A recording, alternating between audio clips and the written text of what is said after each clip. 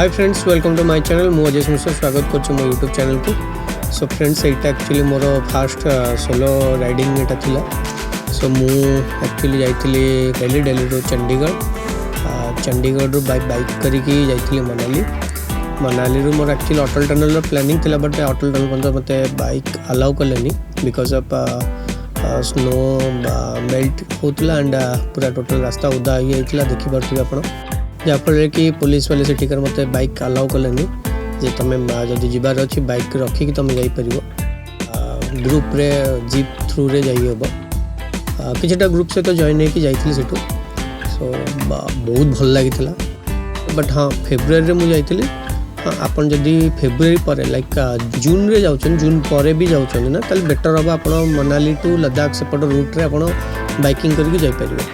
But हाँ, ता पूर्व जदि जाउछन ताले बाइक स्लिप कर बहुत चांसेस अच्छी। लवली प्लेस, बहुत बढ़िया लगे, एत बढ़िया लगे इमेजिन बाहर। सो थरे जातु बुलिकी आसतु, देखिए बहुत बढ़िया लगे। Thank you and please subscribe my channel. Video देखो जब भल लगे भल कमेंट्स करेंगे। Thank you.